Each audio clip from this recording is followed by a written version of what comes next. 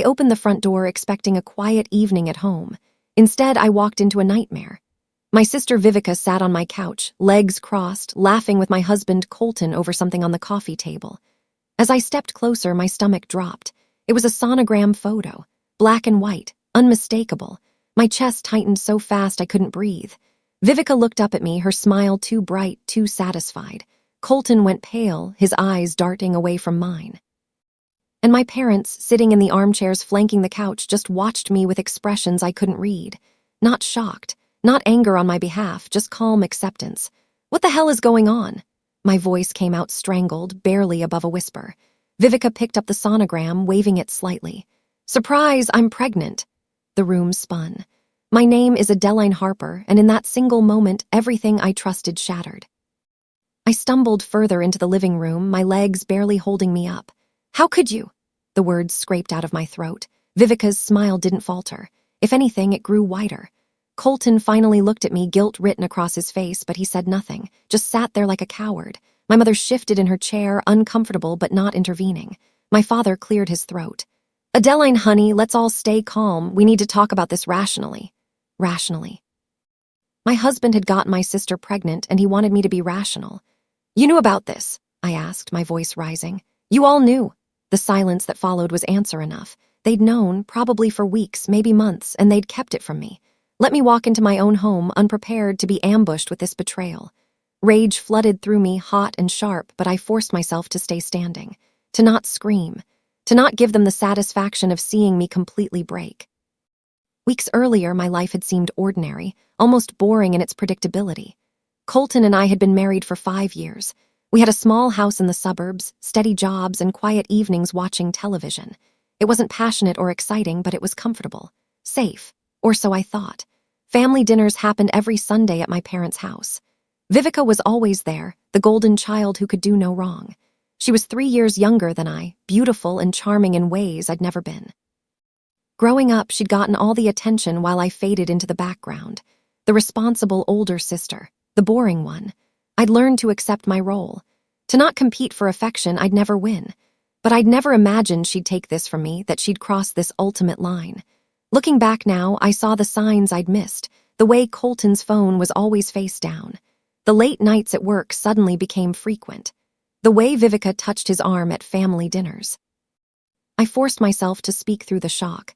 Did you think I wouldn't find out, that you could just hide this forever? Vivica laughed lightly, like I was being dramatic. Relax, Addie, you'll understand eventually. These things happen. These things happen, like pregnancy was an accident you couldn't control, like betrayal was just something that occurred naturally, like weather. Colton finally found his voice. It's not what you think. Then what is it? I demanded. Explain to me how my husband getting my sister pregnant isn't exactly what I think it is. He opened his mouth, closed it, and opened it again. No words came out.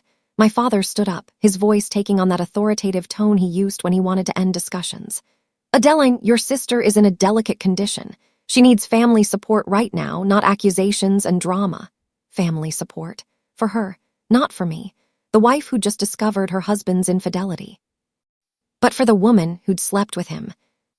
I couldn't stay in that room another second. Without another word, I turned and walked to the bedroom Colton and I shared.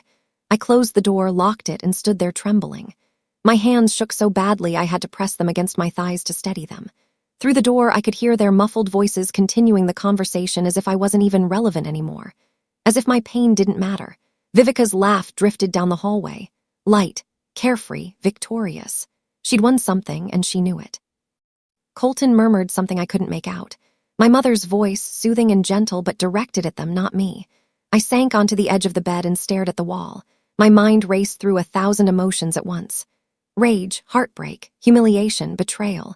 But beneath all of it, something else emerged. Something cold and sharp. Determination. They expected me to break, to cry and scream and fall apart, to be the dramatic, emotional one while they played the reasonable adults. I wouldn't give them that. Instead, I'd be smarter, more patient, more strategic than they ever expected. The next morning, I started documenting everything. Every text message I could find. Every receipt. Every late night Colton had claimed was work. I went through our bank statements and found charges at restaurants I'd never been to. Hotel rooms booked on nights he said he was at conferences. Flowers purchased that never came home to me. The evidence was everywhere once I started looking. He hadn't even been careful. Neither had Vivica. Her social media was full of cryptic posts about unexpected blessings and life-taking surprising turns. Photos of her at locations I now recognized from Colton's credit card statements. They'd been careless because they never thought I'd look. Never thought boring, reliable Adeline would have the spine to investigate. That was their first mistake. I created a folder on my laptop labeled Taxes 2023 and filled it with screenshots, PDFs, and notes. Every piece of evidence is carefully organized and dated. I didn't know yet how I'd use it all, but I knew I would, eventually. I returned to family dinners the following Sunday, my face calm and composed. Vivica watched me carefully when I arrived, probably expecting tears or accusations. I gave her nothing, just a polite smile and a quiet hello. Colton looked relieved that I wasn't making a scene. My parents seemed pleased that I was being mature about the situation. I sat through dinner, making small talk, asking Vivica about her pregnancy like a concerned sister should. How are you feeling? Any morning sickness? Have you picked out names yet? Every question felt like swallowing glass, but I asked them anyway, because I needed them to be comfortable, unsuspecting. Vivica relaxed as the evening went on, her guard dropping. She bragged about the nursery she was planning, the baby shower my mother was organizing. My mother reached over and squeezed her hand, beaming. We're so excited to be grandparents. Not we're sorry this happened. Not we know this is hard for Adeline. Just excitement. Like I didn't exist. Like my marriage didn't matter. I smiled and nodded and took notes in my mind. A week later, I received a message from my Aunt Helena, my father's sister.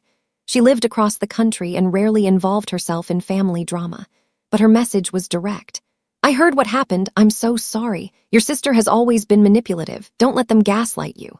I stared at the message for a long time. Someone saw it. Someone understood. I called her that evening and we talked for 2 hours. Helena told me stories I'd never heard before. About how Vivica had lied to get her way since childhood. How my parents always covered for her, always made excuses. How I'd been the scapegoat, the responsible one who never got credit for anything. You deserve better than this, Helena said firmly. Don't let them make you think otherwise. That conversation changed something in me. I wasn't crazy, I wasn't overreacting, and I wasn't alone. Helena became my first ally. My anchor when the rest of my family tried to make me question my own reality. I stopped confronting Colton about the affair, stopped asking questions, stopped showing any emotion about it at all. At first he seemed relieved, then confused, then almost disappointed like he'd wanted the drama. Men who cheat often want their wives to fight for them, to prove they're worth fighting over. I wouldn't give him that satisfaction. Instead, I focused on myself. I started going to the gym every morning before work. I updated my resume. I called old colleagues and rekindled professional relationships. I opened a separate bank account and started transferring money from our joint account in small amounts he wouldn't notice. Every action was deliberate, calculated. I wasn't running away or falling apart. I was preparing, building something he couldn't touch or take from me. One evening, Colton asked, "Are we okay?" I looked up from my laptop. "Why wouldn't we be?" He blinked, uncertain. You seem different." "I'm fine," I said calmly, "just busy with work." He didn't believe me, but he couldn't prove otherwise. I began quietly reaching out to relatives and family friends, not to complain or seek sympathy, just to reconnect. Casual conversations that slowly revealed where people's loyalties lay. My cousin Tessa, who'd always been close to Vivica, subtly defended her. "You know how she is. She doesn't think things through." Excusing the inexcusable. But my Uncle Marcus, my mother's brother, was different. "What she did was wrong," he said bluntly during a coffee meetup. "And your parents enabling it is worse." More allies emerged. People who'd watched Vivica manipulate situations for years. People who'd noticed my parents' favoritism. People who were just waiting for someone to say it out loud. I didn't ask them to take sides or do anything. I just listened, remembered, built a mental map of who would support me when the time came, because the time would come. I just needed patience. And patience, I was learning, was my greatest weapon. 2 months after discovering the pregnancy, I found something interesting while organizing paperwork for tax season. Financial documents Vivica had left at my parents' house years ago when she'd asked me to help with her taxes. I'd forgotten about them, filed away in a box in our garage. But looking at them now, with fresh eyes, I saw discrepancies. Money borrowed from our parents that she'd never paid back. Credit cards in our father's name that she'd maxed out. A small business loan she'd taken using falsified information. None of it was technically illegal, but it was deeply unethical. And it showed a pattern of taking what wasn't hers, of manipulating people who loved her, of never facing consequences. I made copies of everything and added them to my folder. The evidence was mounting, and Vivica had no idea. Her arrogance blinded her. She thought she was untouchable, protected by our parents' favoritism and Colton's weakness. She'd underestimated me my entire life. That was going to be her downfall. At the next family dinner, Vivica tried to make a show of her pregnancy. She wore a tight dress that emphasized her growing belly. She talked constantly about baby names, nursery colors, and parenting philosophies. My mother hung on every word. My father nodded approvingly. Colton sat there looking uncomfortable but saying nothing. At one point, Vivica turned to me with false sweetness. "Addie, you'll be such a good aunt. I hope you'll help me with babysitting." The entire table looked at me, waiting. This was a test, a power play. She wanted to see if I'd break, if I'd finally lose my composure and give them the drama they expected. I smiled calmly. "We'll see, my work schedule is pretty busy these days." It was a non-answer, polite but distant. Vivica's smile faltered for just a second before she recovered, but I saw it. The tiny crack in her confidence. She'd expected me to either enthusiastically agree or angrily refuse. My indifference confused her. Good. Let her wonder. Let her worry about what I was thinking. Uncertainty was a weapon, too. Colton tried to justify his actions to me a few weeks later. We were alone in the house, an increasingly rare occurrence. He'd been staying late at work most nights, probably to avoid me. But this evening he came home early and found me cooking dinner like nothing was wrong. "Can we talk?" he asked, standing awkwardly in the kitchen doorway. "Sure," I said, not looking up from the vegetables I was chopping. He sat at the kitchen table. I could feel him watching me, trying to figure out what to say. Finally, he spoke. "I never meant for this to happen." "Okay," I said simply. "Vivica was going through a hard time. She needed someone." "Okay. You were always so busy with work, we barely talked anymore." "Okay." My calm, one-word responses seemed to unnerve him more than yelling would have. He kept explaining, digging himself deeper while I just listened and nodded. Every word he said I memorized. More evidence. More ammunition for later. The first real crack in Vivica's facade appeared at my cousin's birthday party. My Aunt Helena was visiting, and I'd made sure she'd be there. During dinner, Helena asked Vivica casually, "So how long have you and Colton been together?" The table went silent. Vivica's eyes widened. "What do you mean?" "Well, pregnancies take 9 months, Helena said innocently. "And Adeline and Colton are still married, so I'm just trying to understand the timeline." My mother jumped in quickly. "Helena, this isn't the time." "When is the time?" Helena interrupted. "When are we going to acknowledge that Vivica had an affair with her sister's husband?" The word affair hung in the air like smoke. No one had said it out loud before. They danced around it with euphemisms. Complicated situation. Unexpected development. These things happen. But Helena called it what it was. Vivica's face turned red.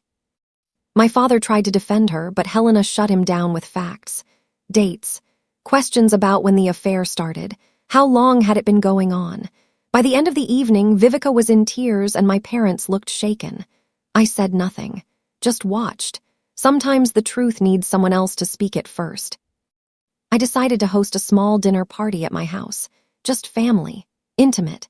I cooked an elaborate meal, set the table beautifully, and played the perfect hostess. Vivica arrived wearing another tight maternity dress, ready to be the center of attention. But throughout the evening, I subtly redirected conversations away from her pregnancy and toward other topics. When she tried to dominate discussions, I asked other people questions, drew them out, made them feel heard. By the end of the night, Vivica was frustrated. She'd expected to bask in attention, but instead she'd been sidelined. Not obviously. Not in a way she could complain about, just quietly made less important. My mother noticed. I saw her watching me with something that might have been suspicion, or maybe respect. It was hard to tell. Either way, I'd proven something. I could control the narrative without raising my voice. And that power felt good. Small victories began accumulating. I maneuvered a family decision about our grandmother's estate in my favor, using legal documents and clear logic that no one could argue with. Vivica had expected to inherit certain items, but I'd done the research, talked to the lawyers, and presented facts. She got nothing she'd counted on. At a family meeting about holiday plans, I suggested arrangements that suited my schedule instead of bending to accommodate everyone else like I usually did. My parents seemed surprised but couldn't object without looking unreasonable. At work, I got promoted. My boss recognized the extra effort I'd been putting in, the additional projects I'd taken on. The raise meant I was no longer financially dependent on Colton. That mattered more than anyone knew. Each small win built my confidence, reminded me that I wasn't powerless, that I'd been giving away my power for years and I could take it back any time I chose. The catalyst came from an unexpected source. A mutual friend of Colton's and mine, someone we'd known since college, reached out to me. "I need to tell you something," she said over coffee. "I've been feeling guilty for months." She'd known about the affair. Colton had told her, swearing her to secrecy, but she couldn't keep quiet anymore. "It started over a year ago," she revealed, "long before Vivica got pregnant." My hands tightened around my coffee cup. A year. They'd been lying to me for a year.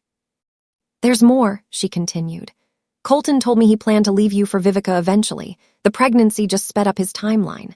Something inside me went very cold and very still. This wasn't a mistake. It wasn't a moment of weakness. It was calculated, planned, a long-term betrayal.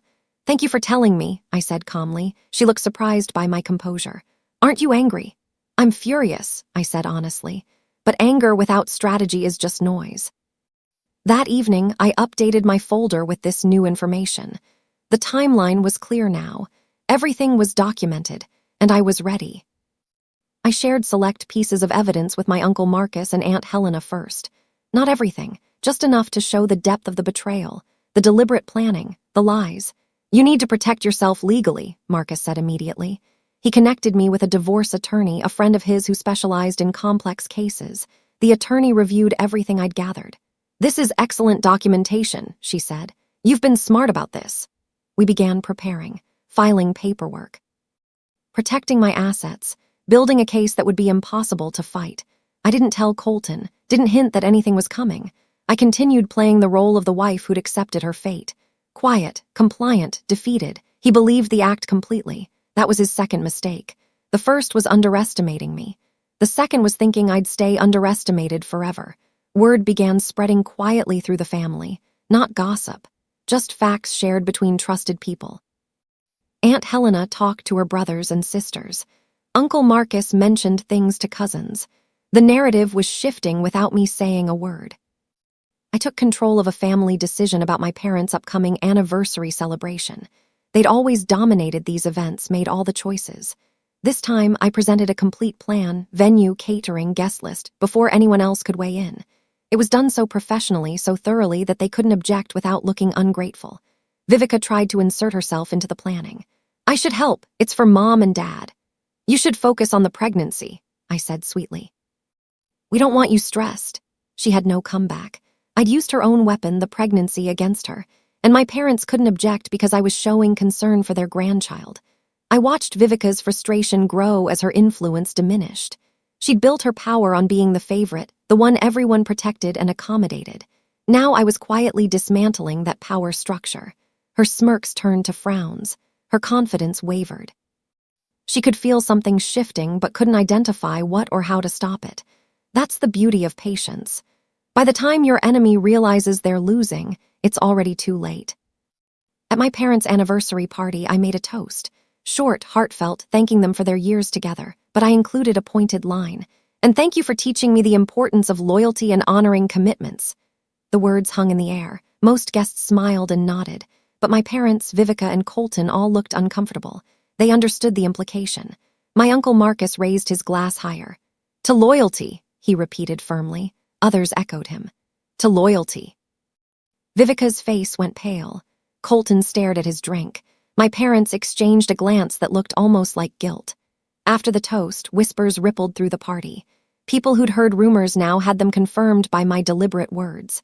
The family who'd been oblivious or complicit began asking questions. Why was Adeline so composed? Why wasn't she breaking down? What did she know that they didn't? The social tide was turning, and I'd barely lifted a finger. Sometimes all you need to do is plant a seed and let others water it with their own curiosity. I hosted another small gathering, this time with extended family and close friends. Vivica and Colton came, probably feeling obligated. During dinner, Vivica told an elaborate story about how she and Colton fell in love, how it was inevitable and meant to be. I let her talk, let her spin her romantic fantasy. Then, when she finished, I calmly said, "That's interesting. Because the timeline you just described doesn't match the timeline Colton told his friend Brian, or the one documented in these text messages." I didn't pull out my phone or show anything. I just said it, let the implication hang there. Vivica's eyes went wide. Colton looked like he might be sick. "What are you talking about?" Vivica demanded. "Just nodding inconsistencies," I said pleasantly. "Stories change when people tell them multiple times. It's interesting how details shift." The room was silent. People were thinking now, questioning, doubting the narrative they'd been fed. I didn't have to prove anything in that moment. I just had to make them wonder. Over the following weeks, the community that had once accepted Vivica's story without question began noticing problems. Dates that didn't add up, contradictions in Colton's and Vivica's accounts, the way my parents changed the subject whenever anyone asked too many questions. Allies I'd cultivated started speaking up, not loudly, not dramatically, just gentle corrections, raised eyebrows, carefully worded doubts. "Are you sure that's how it happened?" "That's strange because I heard something different." The collective uncertainty built into a wave that Vivica couldn't stop. She tried to control the narrative, but she'd never learned the skill I had, patience. She reacted emotionally, defensively. Each outburst made her look less stable, less trustworthy. Meanwhile, I remained calm, consistent, above the fray. People respect composure. They trust the person who doesn't need to shout to be heard. And slowly, surely, their trust shifted from Vivica to me. The ultimate payoff came at a family meeting I called. Everyone attended: parents, siblings, cousins, aunts, and uncles. I'd never called a family meeting before. That alone made it significant. I stood at the head of the table and presented everything. The timeline of the affair. The financial documents showing Vivica's pattern of manipulation.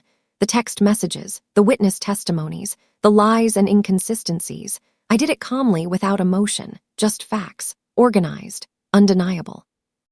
Vivica tried to interrupt. "This is insane, you're making things up." "I have documentation for everything I've said," I replied evenly. "Would you like to see it?" She fell silent. Colton wouldn't even look up.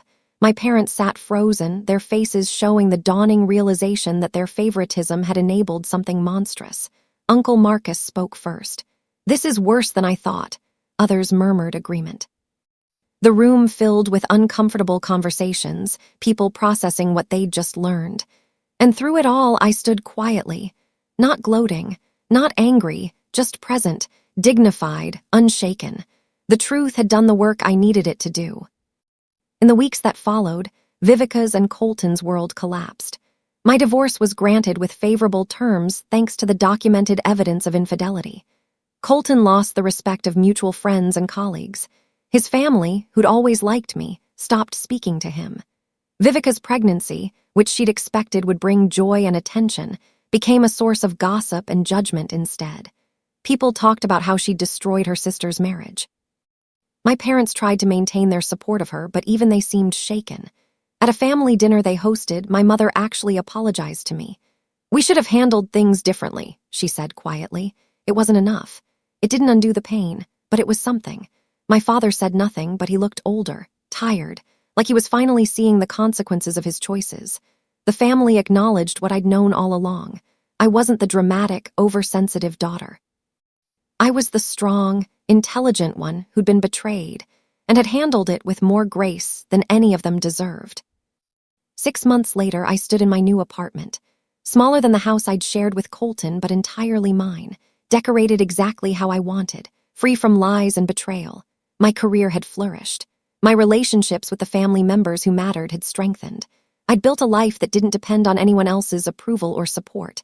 Sometimes I saw Vivica around town, the baby visible in a stroller. She looked tired, unhappy. Colton was rarely with her, from what I heard. The relationship that destroyed my marriage hadn't survived the guilt and judgment that followed. My parents tried to rebuild our relationship. I let them cautiously. But things would never be the same. They'd chosen Vivica over me when it mattered most. That I couldn't forget. Standing at my window, watching the sunset paint the sky orange and pink, I felt something I hadn't felt in years. Peace. Real, deep peace. The betrayal had tested me, but patience, intelligence, and self-worth had carried me through. I'd risen above it all, and that was better than any revenge could ever be.